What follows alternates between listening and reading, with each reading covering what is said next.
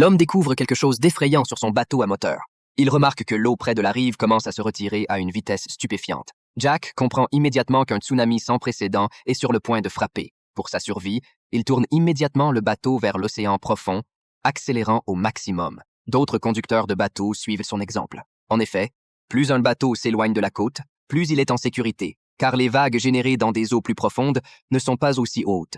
Tant qu'ils réussissent à sauter par-dessus les vagues avant que le tsunami ne se forme complètement, ils devraient être en sécurité. Cependant, le tsunami est déjà en formation et la hauteur de la vague terrifiante approche lentement du Golden Gate Bridge. Bien que la puissance du bateau ne suffise peut-être pas à grimper la vague, les gens présents, poussés par la peur de mourir, n'ont plus d'autre choix que d'avancer. Jack, voyant la situation, met toute la puissance du moteur, fonçant à toute vitesse vers le tsunami. Rapidement, plusieurs bateaux à moteur commencent à grimper. Face à l'angle de montée de 70 degrés, même les extincteurs des bateaux tombent à l'eau.